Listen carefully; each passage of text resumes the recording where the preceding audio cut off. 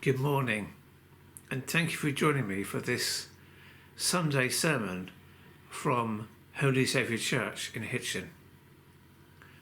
I'd like to read to you a passage from Luke's Gospel, chapter 9, beginning at verse 28. About 8 days after Jesus said this, he took Peter, John, and James with him and went up onto a mountain to pray. As he was praying, the appearance of his face changed, and his clothes became as bright as a flash of lightning. Two men, Moses and Elijah, appeared in glorious splendour, talking with Jesus. They spoke about his departure, which he was about to bring to fulfilment in Jerusalem. Peter and his companions were very sleepy, but when they became fully awake, they saw his glory and the two men standing with him. As the men were leaving Jesus, Peter said to him, "Master, it is good for us to be here. Let us put up 3 shelters, one for you, one for Moses, and one for Elijah." He did not know what he was saying. While he was speaking, a cloud appeared and covered them, and they were afraid as they entered the cloud. A voice came from the cloud saying, "This is my son whom I have chosen. Listen to him." When the voice had spoken, they found that Jesus was alone. The disciples kept this to themselves and did not tell anyone at that time what they had seen.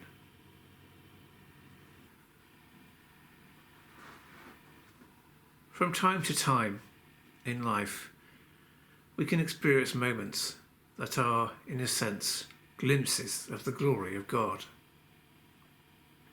On Mount Tabor, God's light burst forth from the body of Jesus, and he was transfigured. And the 3 apostles were overcome with the beauty, with the dazzling brilliance of this moment. And it wasn't something that was just superficial. Something from within, from inside, was shining through.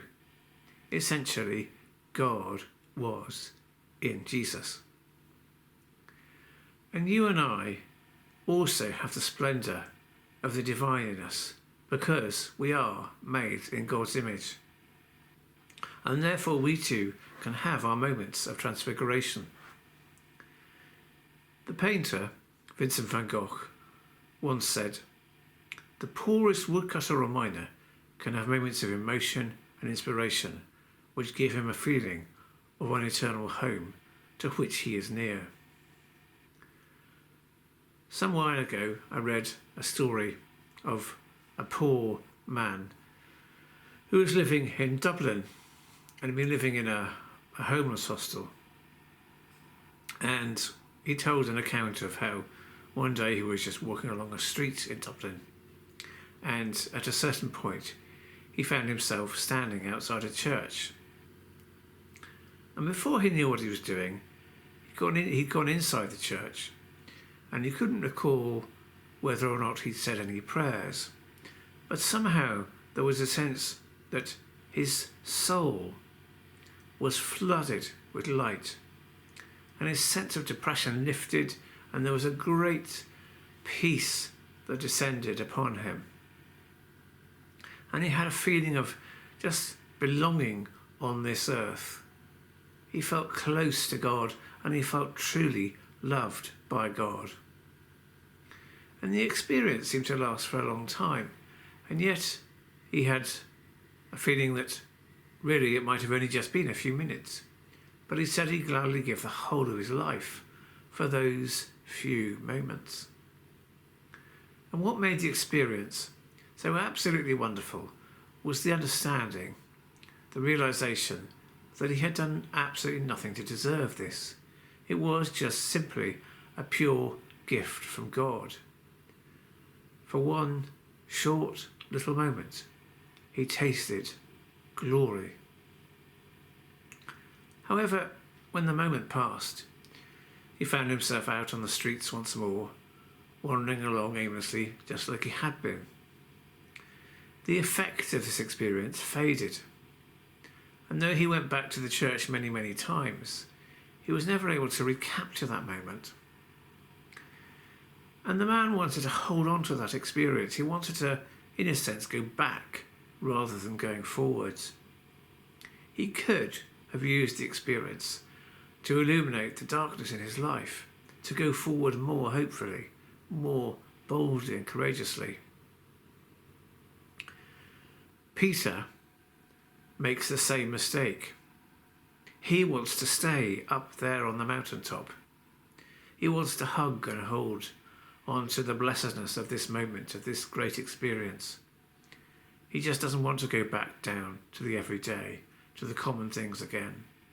He wants to remain forever in this enchanted land.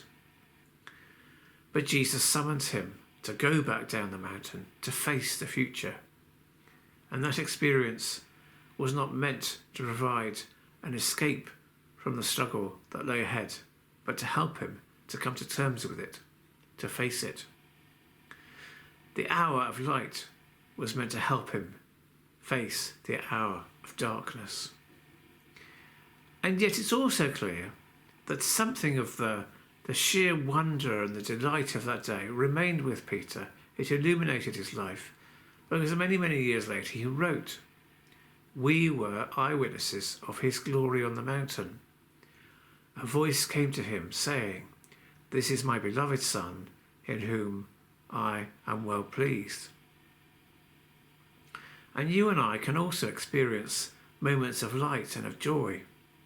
We get glimpses of the promised land towards which we are travelling in faith. In his love for us, God allows us to taste on earth the joys of the world that is yet to come. But these moments of transfiguration are given in order to strengthen us for our everyday tasks, to enable us to face the cross, which in some shape or form comes to every one of us. The moment of glory doesn't exist for its own sake. It exists to clothe the common things with a radiance that they didn't have before. It was once famously said that religion is the opiate of the people, but actually prayer and faith really are not escapism.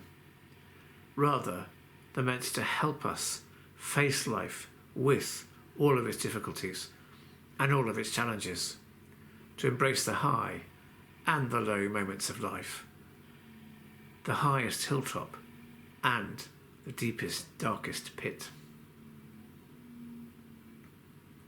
Our hymn for today is "Christ, whose glory fills the skies," and may God's peace go with you.